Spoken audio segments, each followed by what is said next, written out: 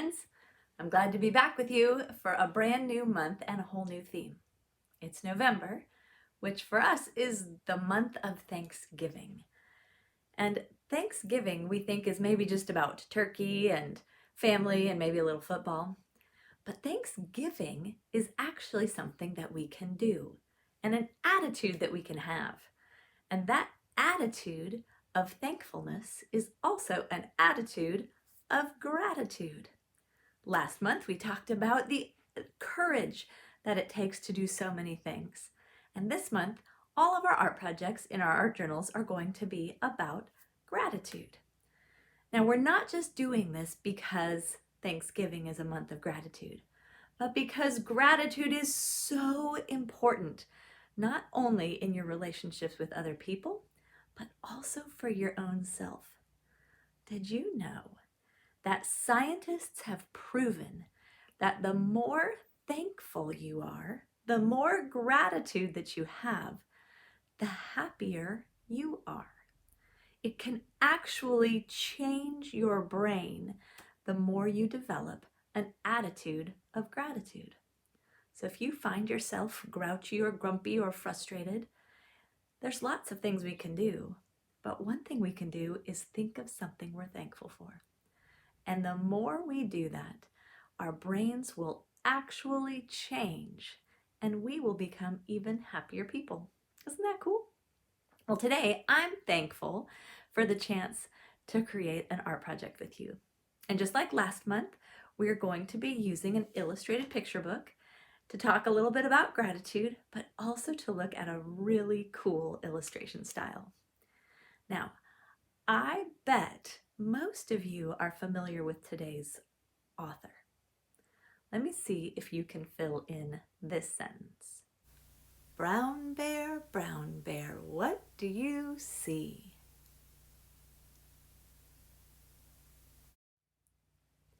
Did you say, I see a red bird looking at me? Well, then you might be familiar with today's author and illustrator, Eric Carle. What if I said to you, the very hungry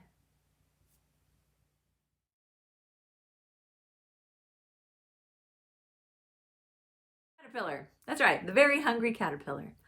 Well, those are both very popular children's books written and illustrated by Eric Carle.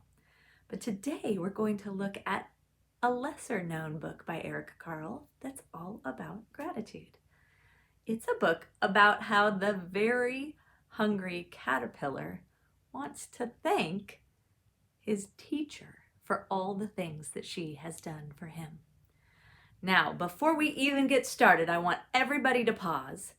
Look at your teacher. Squint your eyes into a big smile behind that mask so she knows how happy you are. And I want you to say, thank you!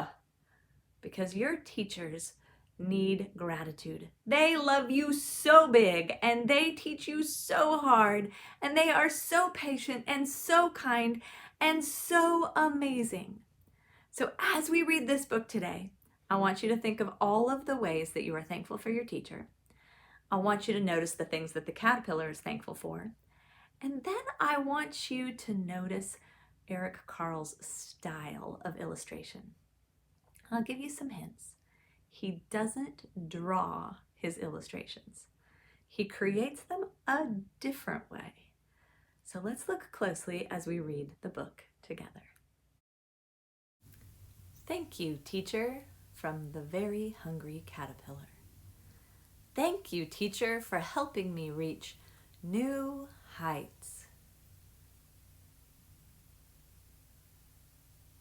And for teaching me to care about our world.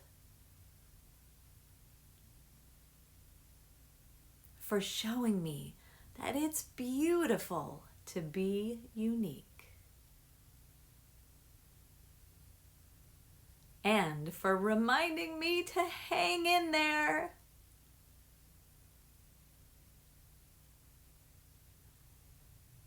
And for making it fun to explore the unknown. and for encouraging me to reach for the stars, for reading stories that take me to another world, and for teaching me the importance of friendship.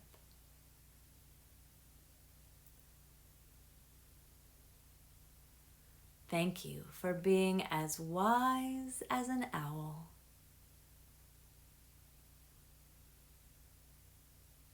and as sweet as honey.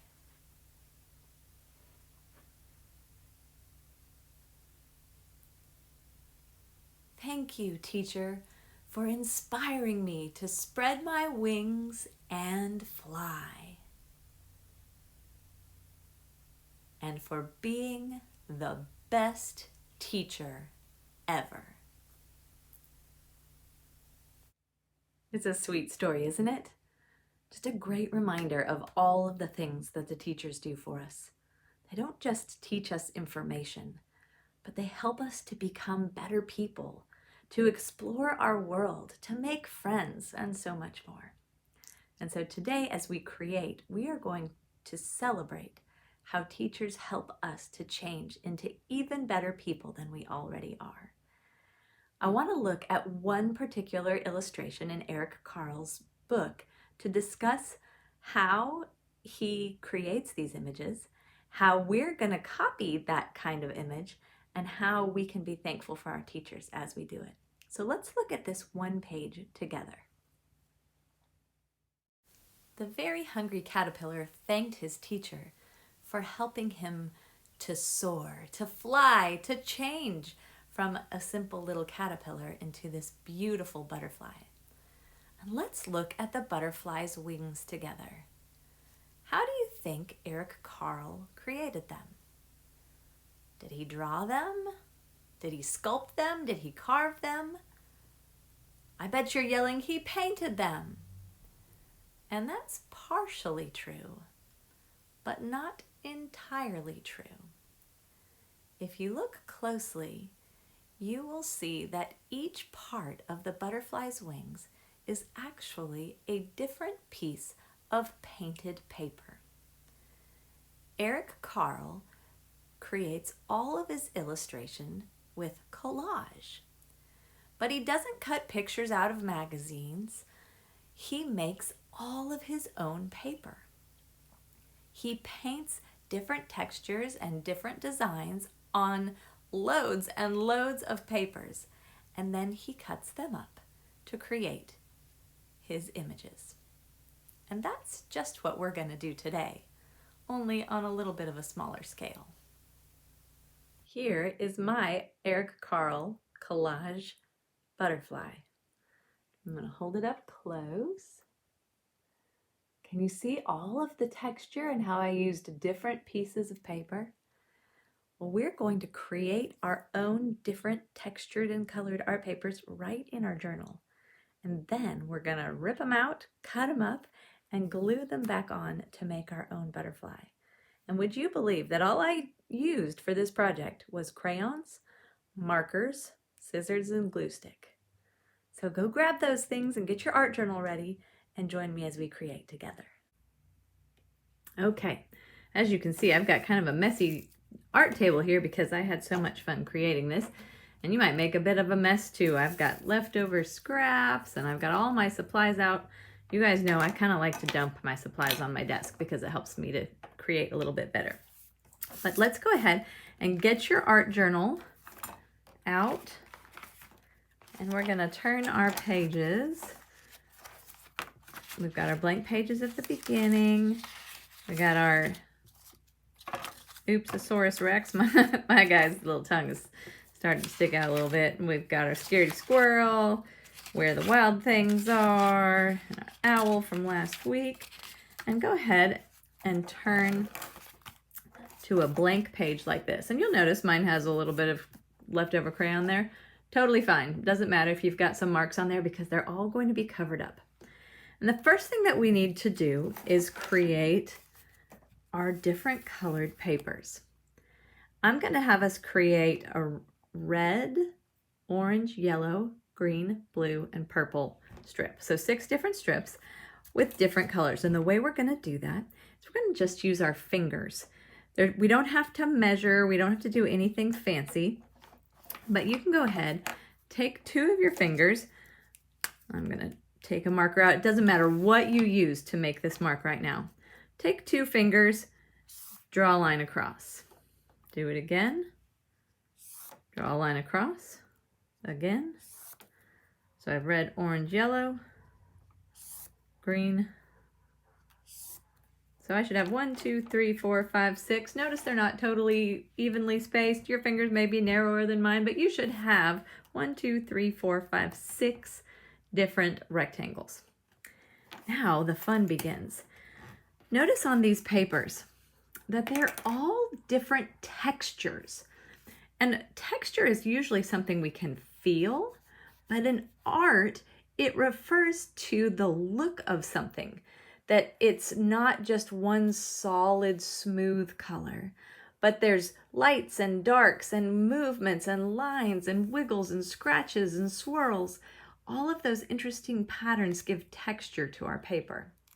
So we're going to make some textured paper, which really means we get to scribble and scratch and have lots of fun. So let's go ahead and do our red strip up here. Now, you may use crayon, you may use marker. I used a combination of both. The only rule here is that you need to stay in this top rectangle and you need to color most of the space. So let's say you want to just put some marker lines. I mean, look at that. Does that look like I'm a fancy artist? Not at all. And then let's say I want to come back. This is kind of a red-violet. And you just get to do whatever you want. Oh, can you see the camera shaking as I'm coloring? It's making the table shake. I'm coloring a little bit too excitedly here. So I'm just gonna fill in this paper, and I might think, I think I want a little bit more red. Put some dots around there. Maybe I want this kind of reddish orange in there. Any way you want, you're just making interesting texture on your strip of paper. So we went from red. We're gonna do the different colors of the rainbow, and I'll go ahead and just color those here so that when we start to speed up the camera, we know what order to go in. So a red, orange, yellow. Look, I'm just rotating between crayon and marker because it doesn't matter. Green, blue, and oops, that didn't come out very purpley, did it? This is a better purple. So that's the order we're going to do them in. We just want to make sure we have one of each of those colors. And you get to continue any way you want. You may choose to do some lines. That doesn't look very orangey, does it? So let's move to this orange crayon. Maybe you really liked cross-hatching from a couple weeks ago, and you decide to fill in your orange paper by cross-hatching. And you know what? Doesn't matter at all. It doesn't matter at all that I have that blue there. It doesn't matter at all that those lines are a little bit more reddish orange.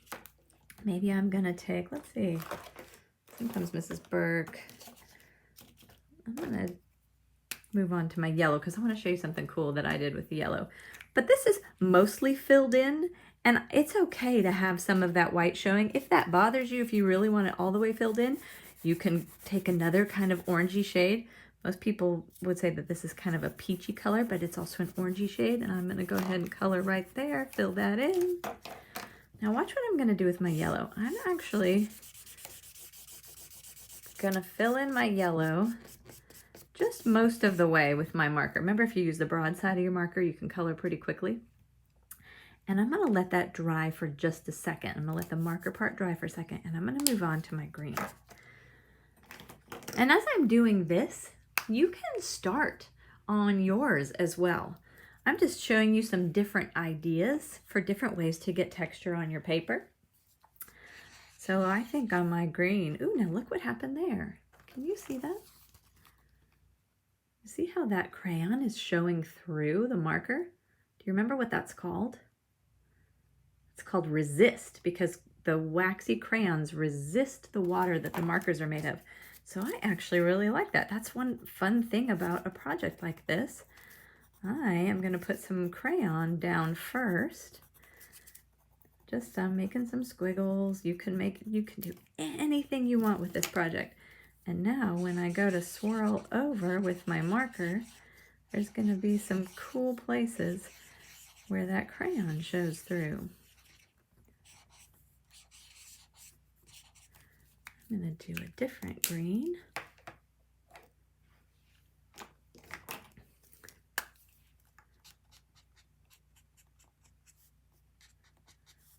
I decided to do swirls and then some funky little lines. There is no right or wrong way to fill these spaces. I might decide to add some more of that. Now, I left this blank, didn't I? Watch what I'm going to do. I'm going to take my black crayon, and I oftentimes like to use the end of my crayon, and I'm going to color over my yellow with my black crayon. And you might think, no, Mrs. Burke, where did all that pretty, bright, happy yellow go? Well, I'm going to show you a fun thing that you can do. Now, my yellow is kind of hiding, but I have a pair of scissors here.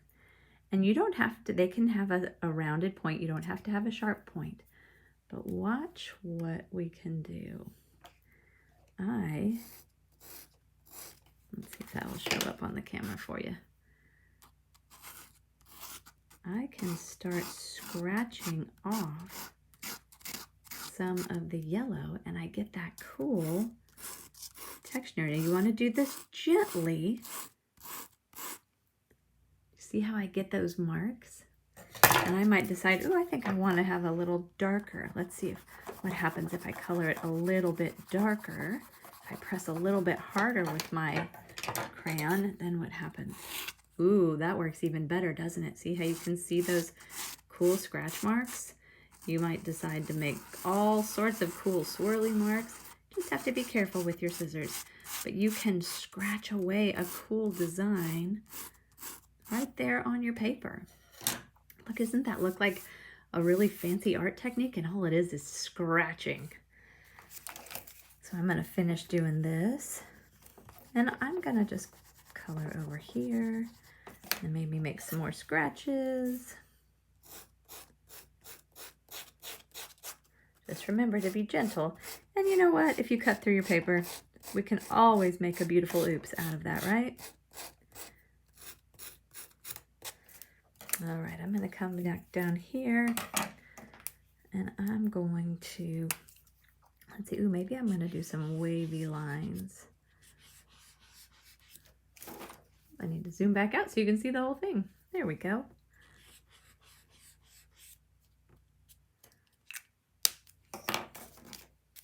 And if you just have crayons or you just have markers, that one broke. I think I've told y'all Mrs. Burke holds my crayons too tightly sometimes. I break a lot of crayons. And am I worried about following the lines exactly? Not at all. I'm just making cool designs on my paper and having so much fun exploring with the color. And my last one is going to be purple, and I think I'm going to do some little tiny dots.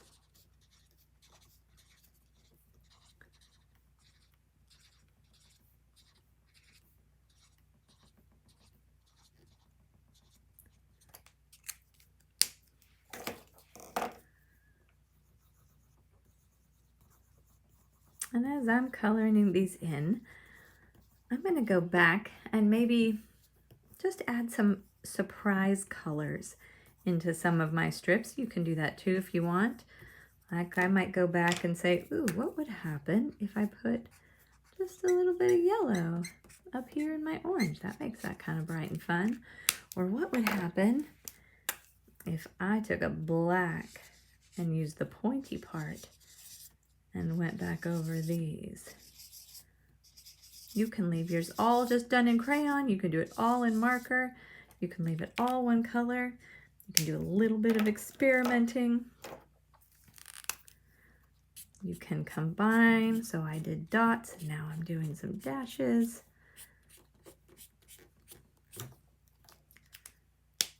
But you want your whole paper filled up like this. Now, you feel free to press pause for just a little bit while you all get this all colored in like this. And you might find it's okay to have some white space. I like a little bit of white space, but not a lot. I might want to add what happens. It's kind of always fun to see what happens if you put crayon over marker, marker over crayon, back and forth, back and forth. But I've got some really neat textures here. Then we've created our papers like Eric Carle, but now we need to cut them up so that we can use them for our little pieces of our butterfly.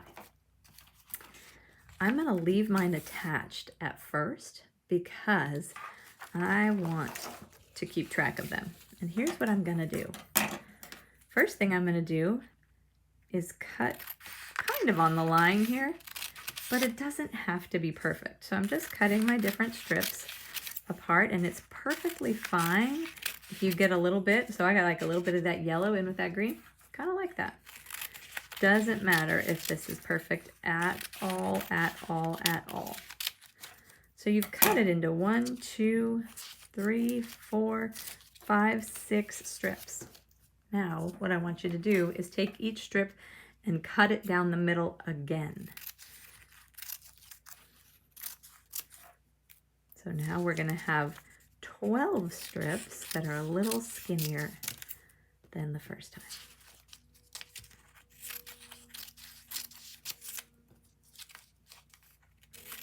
Remember, scissors always work best when we point them away from ourselves. So I'm holding the paper with my left hand and cutting with my right. If you are left-handed, you might have to do it a little differently, and that's okay. All right, so now I have 12 strips of fun paper. I want to remove them from my journal so I can make a butterfly out of them. What I'm going to do here is I'm going to pick up my journal and let them all flop down like that. I'm going to lay my journal open, and I'm going to cut them all off right here. I think it's easier this way than ripping it all out and then trying to cut off all of those little fringes. If you like the fringes and you want to use those as part of your design, totally fine. But I'm going to leave mine there, and I'm going to turn my journal this way. Then comes the fun part. This is where you get to create a butterfly any way that you want. You can see what I did, and I'll show you the steps. So we're going to cut out a body and a head, and then we're just going to start cutting shapes to make the wings. Now notice something on this butterfly. We're using something called symmetry.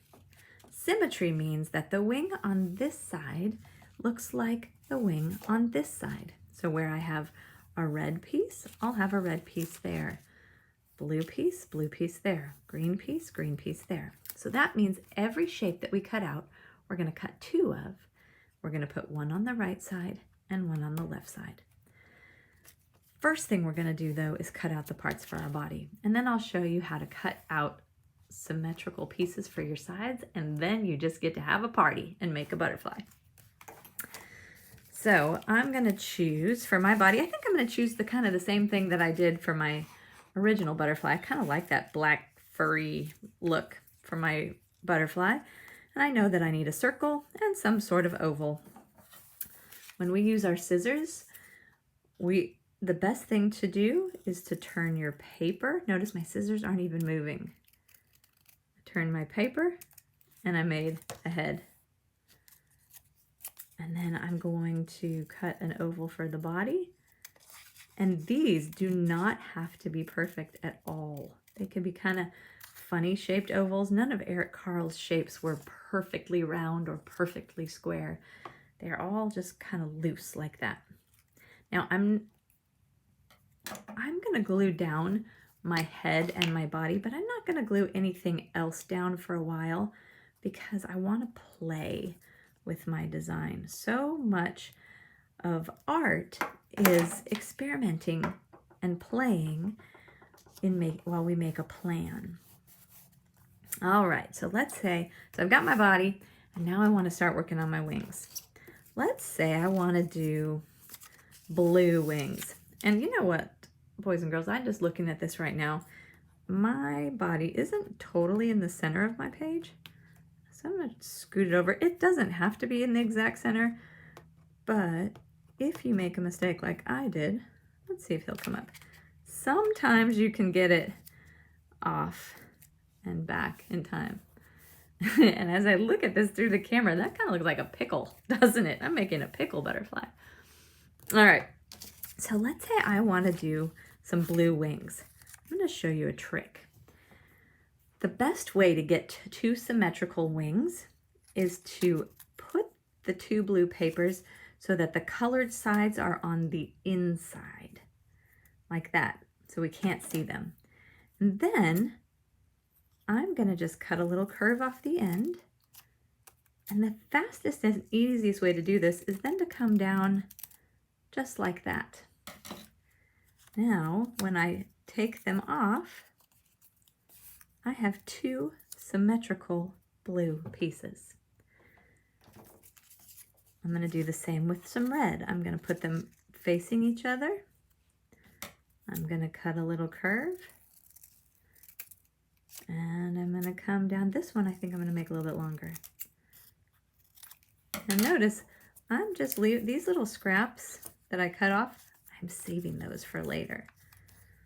Let's see, I think maybe I'll do my red down here, but I'm not going to glue these down yet. You're welcome to glue yours down if you want, but I really like to kind of play around with all of mine and move the pieces around.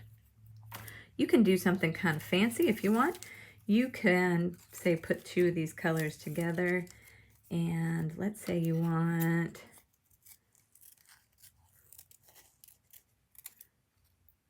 kind of a zigzag wing like that, part of a wing like that. And I'm going to come up like this. Oops, that's all right, that'll glue down. Maybe I'm going to put some orange there, some orange there. And notice on here, I just kept going. I overlapped, so I've got different colors on top of each other. I have big, bold pieces, and I have little teeny tiny pieces. And so all of these little scraps that we have from cutting out the big parts of our wings, we can use at a later time to add these little details. But I want you to just start cutting pieces of wings, and I want you to use all of your paper if you can. Get them all laid out and then glue them down. So while I get mine laid out, I'm going to speed up the video so you can join me.